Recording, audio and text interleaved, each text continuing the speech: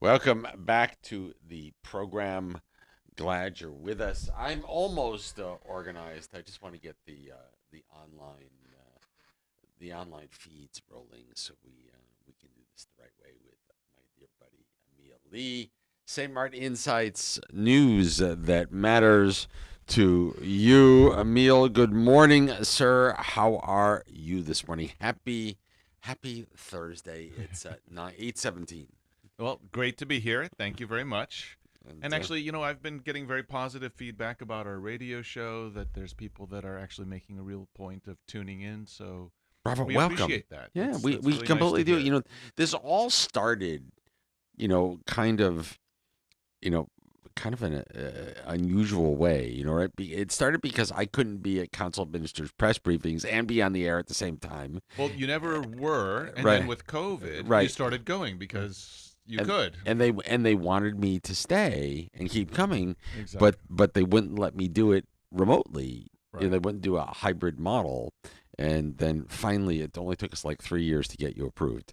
Yeah. But I think I think reflecting back, even the naysayers back then now realize that we didn't have this grand ulterior motive. That's right. We just wanted to keep people learning and informed And indeed, we've had members of parliament come in for interviews, and on they were all they on were all sides. on all sides, and they were opposition before, and they were participating in, the slow approval of my credentials to work as a journalist. And they've commented after the air, like, "Oh my gosh, this is, finally, these are like real questions. These are good conversations, and we had no idea you guys were so cool." Well, this was the whole idea, right? Was to make this be something that would be meaningful for all of our listeners and folks that didn't listen to us. Because what happened was when I used to go for COVID, I would go and I'd be prepared and I'd have questions and I would know the answer or at least have an opinion on what I think the answer should be to the question, but need to hear government say it and or say yes, this is what we're doing, um, and they appreciated that. And then for whatever reason, I think at the end we were kind of viewed as a threat, Yeah. and which is not our intention is to tell the story. You make your own opinion, right? Right, right. We're the storytellers. And even at the Wednesday press briefings, the staff from Department of Communications are there, and they're like, you know what? I love Rebecca. Exactly. I adore her, and she knows it. And there's other staff there, and they're like, okay, they still call me minister, like, oh, minister, nice questions. It's good you're here, and yeah, it's nice. I enjoy it. I have fun Well, with is it? I it. mean, So. once you're a minister, you always kind of, you kind of was.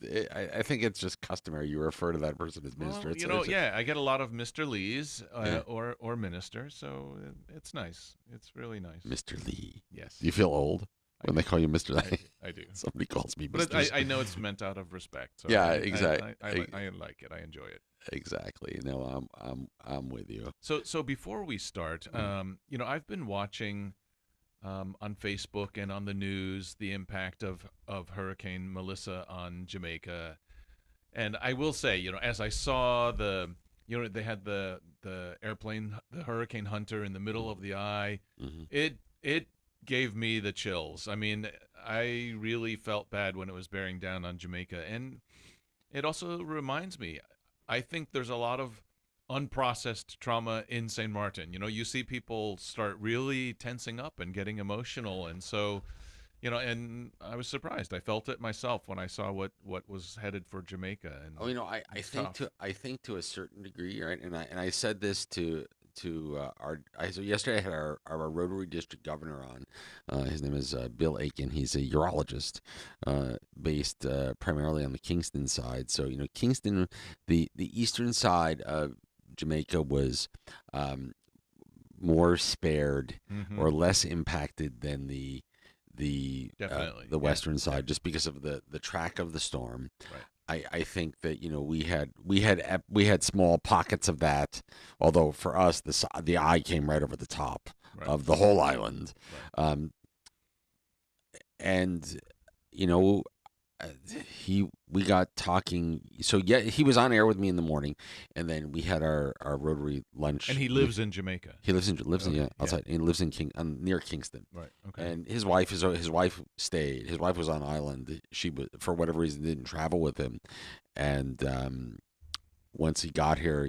like everything erupted, and he stayed here. Um, his wife is okay. The house is okay. Um, but there are still widespread issues on the Kingston side and damage, but not decimated like the western side of the island and Mm-hmm. the southwestern side of the island. Mm-hmm. So he came yesterday to be on the air, and we talked an awful lot about what was going on. And then he came to address the Rotary Club of St. Martin yesterday for his annual official visit to the club. And at one point in time, he almost broke down in Yeah. tears. Sure. Because it's that emotional, and I think we all feel the same. Yeah. For sure. Because this is going to sound horrible, but I'm going to say it. We all know how everyone on Jamaica is, how they're feeling, Yeah. eh, because we've been there. And from what I could see, I really didn't see as much hurricane shutters and sort Yeah, of solid construction as we have here. yeah, There was a lot of just sort of frames with zinc roofs on top that were just flying. yeah. It's The, tough. the biggest hurricane they ever had in Jamaica was a Category 3, and Years, the long year, time. which was years ago, and Yeah. this was the so um yeah, And I will say, I mean, it actually just dawned on me now. In all the videos and all the news that I've seen, I didn't see any looting. Right? I mean, sadly, here in St. we Martin, had lots of it. we had quite a bit of it, and Not so not they're also literally, yesterday um, was really, day one, right? And our looting happened, we it's very almost fast. very fast. It was Uh, like as soon as the winds were abating, yeah, looting was happening, and so we didn't see that there. we didn't see it. At least I haven't seen it from the news coverages as Yeah. yet. So So it was very, so we know what we innately understand, those of us that live through Irma, what they've lived through. We also know how they're feeling, and mhm. and sadly, we know what the next six. We know it's coming. We know what the next 6 weeks are like. We Yep. know what the next 3 months are like. We know Yep. what the next 6 months were like. We know what the next 5 years are like. Yep. And the only thing I can say is that, thankfully, they have another international airport on the Kingston side of the Mhm. island, Mhm. and it looks like the eastern side will rebound more quickly than the area that was decimated. But their tourism is much more on Uh, the western side, yeah, so it's going to hit their economy hard. yeah. I think so. Yeah. So, if there's anyone that would like to contribute to the hurricane relief effort, I'm going to give you two websites that you can go to, and this is Mhm. all. I forget the fact that I am a Rotarian. Rotary International is one of the, in the top, in the very top. Five, if you will, charitable organizations in the world, a service organization in the world where you give money, and you know all of that money goes to the cause for which it is given, at a very extremely high percentage. They keep the administration to a very low cost. So if Rotary tells you they're going to do something, they do it. So there are two websites that I can give you, and every dollar that you can contribute helps. You can go to www.dna-rag.com, and RAG is a Rotary Action Group. So this is the Disaster Assistance Network, which the DNA part. So DNA-rag.com, and that is a 501c3 organization in the U.S. that manages disaster relief funding and has extensive relief experience. and these funds will be used in Jamaica, Haiti, the Bahamas, Turks and Caicos for properly vetted and accountable relief projects. I will also put on our Facebook page a QR code that you can go to if you would like to donate directly to Rotary in Jamaica for immediate needs. Um, and these funds will go to the Rotary Club of New Kingston in Jamaica, uh, and is ring fenced and will be managed by a local subcommittee to organize the most urgent needs. Mm-hmm. That's where I've sent my contribution, um, and that is the Rotary Club of our district governor for Rotary District 7020, of which St. Martin is part of and Jamaica is part of. So I know that every dollar, every nickel will help. I'm going to put this out on our Facebook page as we speak. And St. Martin, there's also a sizable community from Jamaica as well. I mean, I have a number of workers on my staff, a number of staff members who've been with me for many years, and they all have family in Jamaica. And so, indeed, I'm going to see even on that level what we can do to help them, because indeed we've been through it and we know how hard the next year is going to Yeah, be. It's I'm going to be I'm tough. actually I'm actually putting this out on our page as we speak here at Island 92.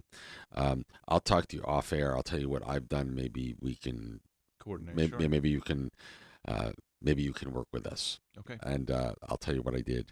Um, but I don't want to talk about it Okay. publicly. So yesterday we had Council of Ministers meeting. Um, By the way, I'm yes. putting both of that is going out to Island 92 on Facebook as we speak. Okay. Sounds good. So yesterday we had two ministers: Minister of Education Melissa Gums and Minister of Justice again, Natalie Tackling. So to be really candid, I was very disappointed in Minister of Education. She came, she made a statement. Number one, I think it was that there are a couple students from St. Martin that were going to school in Jamaica, and so she was reporting that they're safe and they were working on plans how to get them out of Jamaica. And then the second thing, something about some issue with classrooms. I don't know if it was mold or I don't recall exactly. And then she said, I have to go to this inspection and wouldn't take any questions and just left. And from yesterday, she was already scheduled to be at press. She's one of the least in terms of attendance. And there's a lot of questions I have. You know, for example, last year they had the FBE exams. They were supposed to be doing some research in terms of how the schools are performing, and I think the island has a right to know how the schools are holding up and what their expectation levels can be for the performance and production from the schools. And so, to be really candid, I was disappointed that you couldn't take an extra 10 minutes to answer a couple questions. I was disappointed, really, and Yeah. especially for the leader of the PFP party that's been campaigning on openness and transparency and communications, etc. So So, Minister Gums, you're that was invited to join us. When would you like to come to the yeah radio station? yeah sure we can do that And and by contrast, and I gave a big up to the Minister of Justice. She was sort of sitting there kind of watching what was happening and just said, okay, I'm here. And I think was it the last press conference? She was the only one. I think it was just her and me, which again was nice. It's conversational. And again, I give her credit that even if she's alone, she just will stick it out and explain everything to the best of her abilities. So I give her a lot of credit. I think she's doing a good job as well. So she went and talked about they have something called the DSRP, the Detention Sector Reform Project. So again, we talk about how things relate to our daily lives, and one of the big problems here is that there are not enough cells in the prison to accommodate the people that have been convicted of crimes. there are somewhere between 300 to 400 years of people who have been convicted of crimes and have already been given their sentences to be served, but there's no space for them to serve. And so the consequence of that is that new crimes being committed, when you catch them and convict them, very often they're not going to prison because there's no space and they get added to the waiting list. And then I understand that it's actually the public prosecutor's office who decides who serves and what the order is. And so this is really a problem because it no longer serves as a deterrent for things happening. And I think we see the consequence of that is, there's been quite a, they say statistically not a large increase in crimes, but the type, sophistication, and perhaps let's say, armed crimes, the intensity and the type of crimes have elevated. Maybe Hmm. they're not quite sure yet about the numbers, but if you compare, I don't know, for arguments, somebody breaking into your house and stealing your TV versus showing up with guns and hammers to your business and taking stuff. I think there's a difference in the level, and I think that's what they're referring to. So um, the DSRP project is really about improving the rehabilitation and reentry program for inmates. So number one, they have the physical project, which is basically going to end up in almost doubling the amount of capacity at the prison. But also, they have very few programs right now at the prison. And the result of that is very often the people who come out don't have a better entry into the community and end up back in the system again. And so anything they can do to educate, um, to help them with their emotional situation and help them to get a job, in the end it's good for the community. So I guess what I'm going through this because I want people to understand that there is a consequence for us in our day-to-day lives. And they had examples like they were talking about it yesterday. So I mean, Sak, you've been here long enough. You sometimes have children who are born to parents who are undocumented, Hmm. born here, live their whole life here. They go through school here, but they don't have a legal status on the island. Some of those individuals, for example, have been committed a crime, gone to prison, come back out, tried to get a job, and then here's where the government fails. When they try and get it, or their residence or ID, one of the requirements is you need to have a clean police record. So all of a sudden, this person, for example, had gotten a job, but because they couldn't produce an ID, eventually got let go from the job and Right. then ended up doing the only thing they knew what to do and ended up back in prison. So, these kinds of structural issues is something that she's taking a structural approach to solutions. Well, we need to do that because if So, we don't, it will just continue to be this vicious cycle. yes. It's 8:35 right here in the Northeast Caribbean. We'll take a quick break. I'm a bit tardy. Here's everything that's happening tonight. The Amsterdam Bright Entertainment Calendar brought to you by Amsterdam Bright Island 92 and Z105.1 FM. And then more with Emil Lee, St. Martin Insights news that matters to you. More on the way.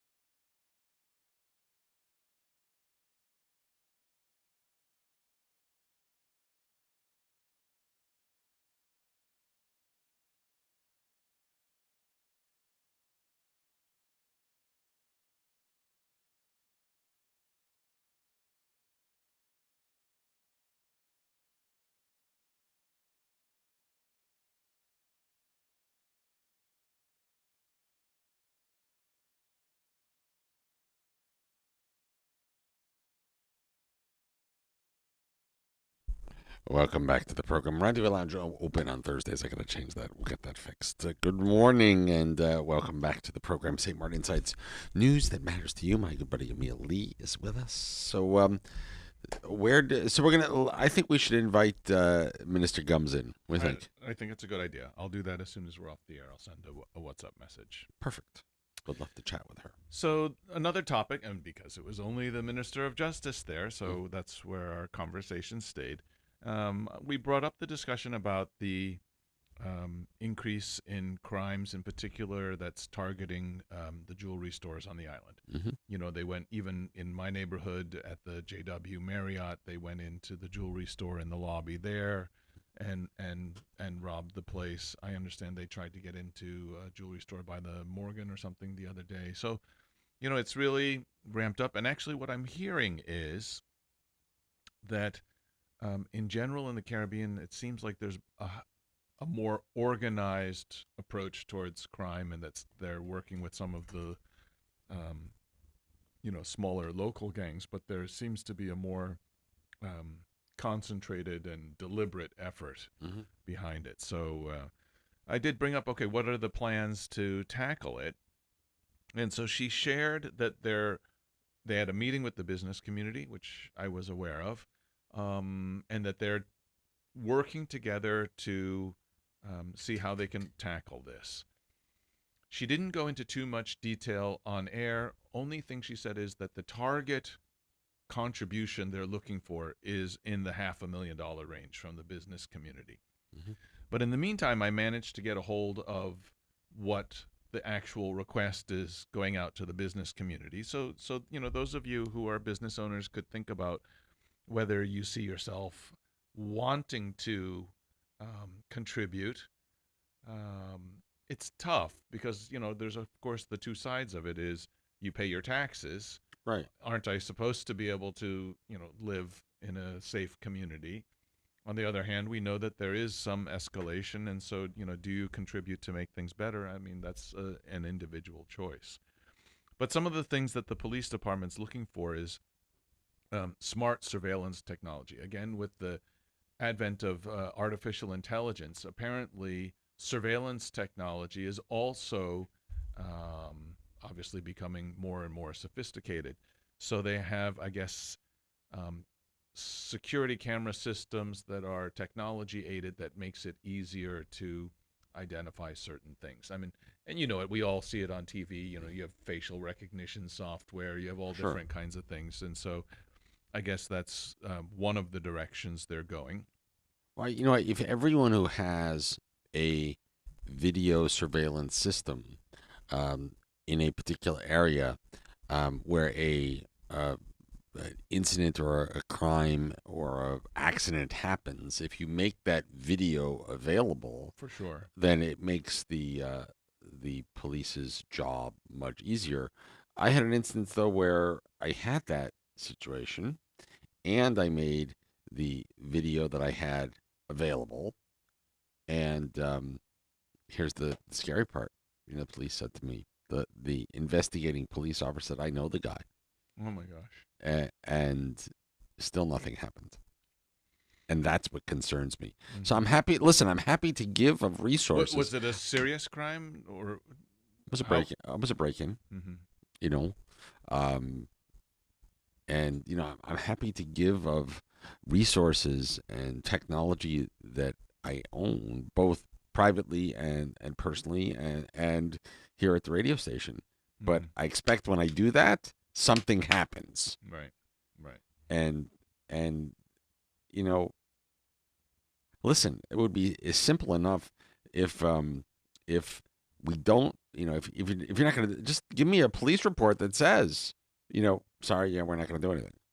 At least have the common courtesy to do that because you view it so low priority. And this is how it relates back to the first part of our discussion about when there's not enough cell capacity and you have 300 to 400 years of sentences waiting to be served.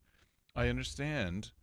I don't condone it, of course. I don't agree with it, but I do understand why sometimes the police officers are saying, well, yeah, but what's the point? I'm going to spend all this time and resources catching this person for, let's say, a relatively minor crime compared to like armed robbery or Hmm. whatever. And then they're just going to let the person go because there's not enough space. So, uh, anyways, something else they're looking at, an industrial drone. And Hmm. actually, I've heard members of the private sector talk about this as well.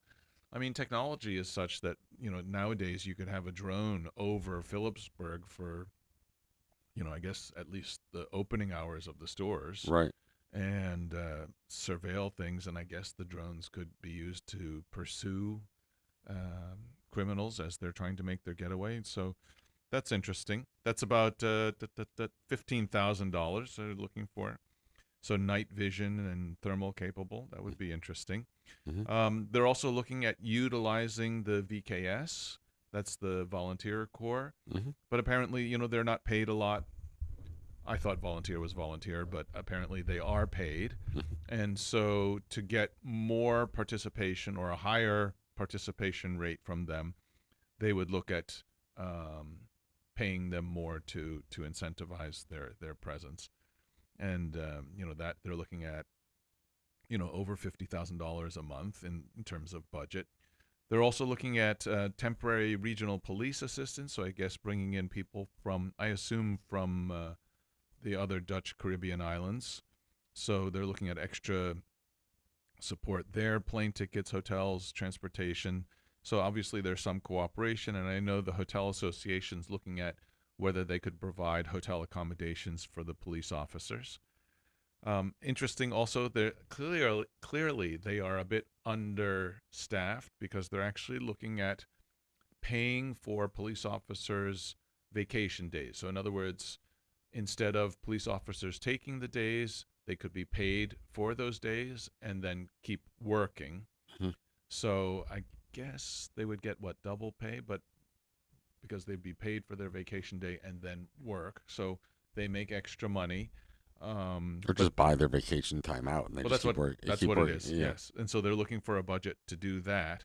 But it does show that clearly they have a manpower shortage, right? There's an issue there clearly. So because you can see they're bringing in people from other Dutch Caribbean islands, they're looking at more participation from VKS. They're talking about buying back vacation days. So it's clear that there's a manpower shortage there, right? And they're looking at some sort of a hand, like some sort of a scanning device, a tool to use for inspections that makes it easier to find drugs or things like that. So at least there's an open conversation going on with the business community. Um, I also, the minister also mentioned that they really do encourage the jewelry stores to change their entry system. I think you've seen it that some stores have sort of double doors that you can't open both doors at the same time. Right. So you can't just run in and run out. Right. That's one possibility. Or at least have doors, they have some with the magnetic locks that you need to be buzzed in. Hmm. And perhaps you get a stronger quality glass that you can't just smash on the jewelry cases. Things like that. Things that would help to deter the quick run in, smash and grab type things. Everybody laughed at me when I put in magnetic lock here at the radio. Mm, So, oh, I don't need to do that. But I have to tell you, I did it because, I wanted to be able to control. Um, I just didn't want people to walk in, right, while I was on the air and then, disrupt and everything else.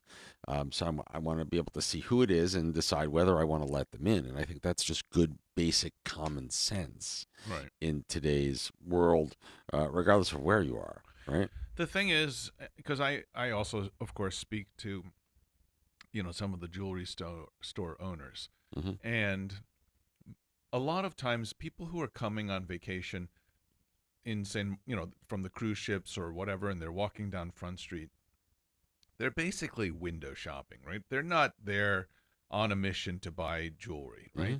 And so it is, I think, very much an impulse type purchase. And so people will just sort of wander in and engage in a conversation or see something they like. And so I think from their perspective, the more barriers you put up to that, Sure.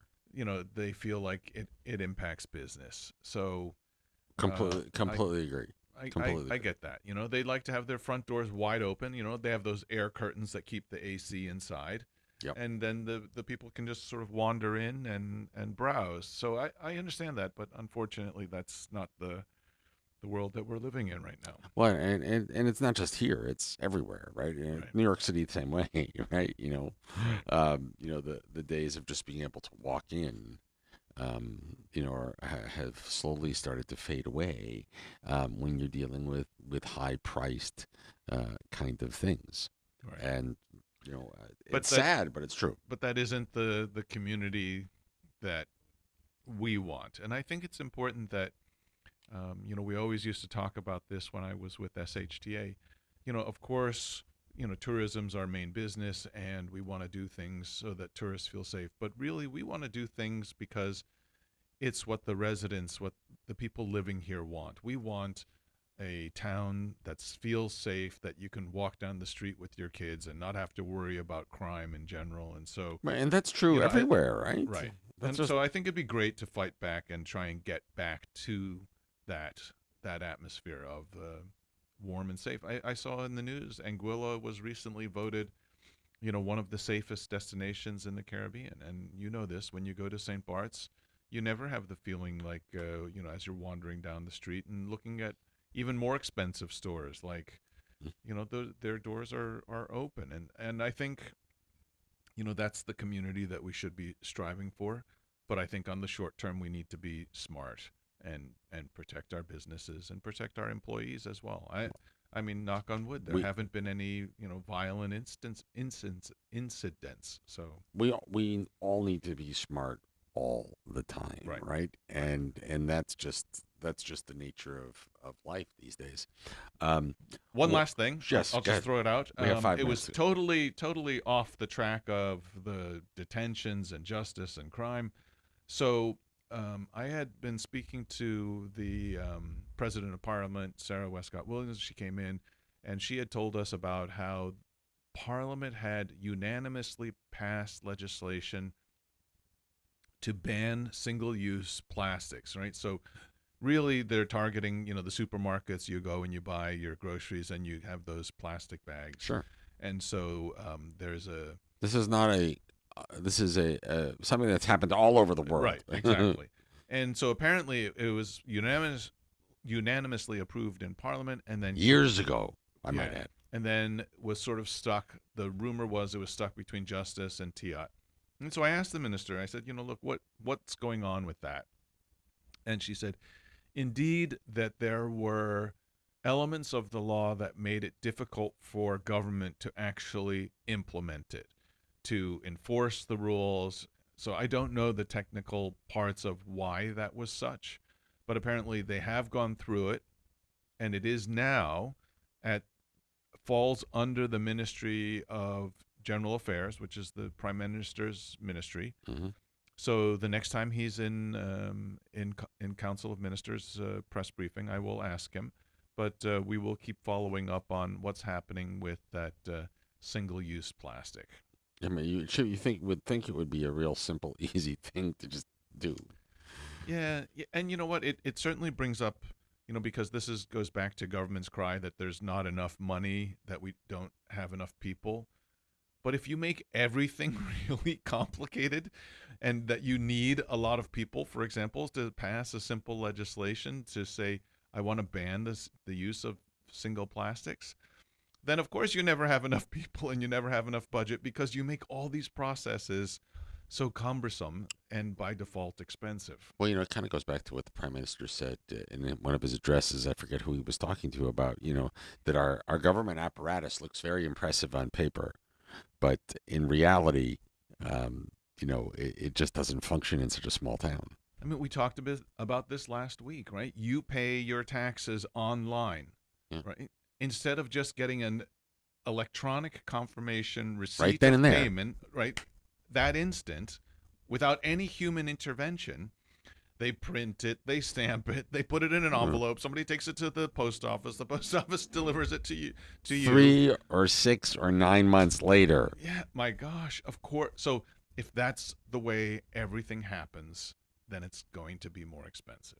Yeah, and that is something that I think we need to try and figure out how to fix going forward because Absolutely. it just doesn't make any sense. Emil, always a pleasure to see you, sir. I enjoy it as usual. Thank you for coming in. It's been how long? It's got to be 2 years we do this now. I Some, have no clue. I know it all just runs. You still having fun? I am. I'm Me enjoying too. it. Me too. So, And this is perfect. Like once a week, Hmm. it's not too heavy. I know. So I know our I like listeners it. are enjoying it too. So Yes. that's always a good thing. And with that, I'm going to refresh before I go. I've got 1 minute before the top of the hour. Um, remember, if you'd like to help with Hurricane Melissa relief, you can do that through the Rotary, and know that when you go through the Rotary Disaster Network Assistance, that you know you know that, or you go through Rotary in general, you know that every dollar you give goes towards the purpose for which it's intended. Out on our Facebook page, there is a link to donate directly to Rotary in Jamaica. It's the Rotary Club of New Kingston. I know many from the Rotary Club of New Kingston will be managed by a local subcommittee to assist with most urgent needs. There's a QR code you can click on, or you can go to dna-rag.com, dna-rag .com if you'd like to donate online through the Disaster Assistance Network, a Rotary Action Group. If you're from the U.S., that's a 501c3 organization, so you can get a tax write-off too and do something good to help our brothers and sisters in Jamaica. It is coming up on 9 a.m. right here in the Northeast Caribbean. We're going to take care of the marine and tropical weather update, as always brought to you by K Beach Club and Restaurant. We'll do that in just a minute. Please stick around.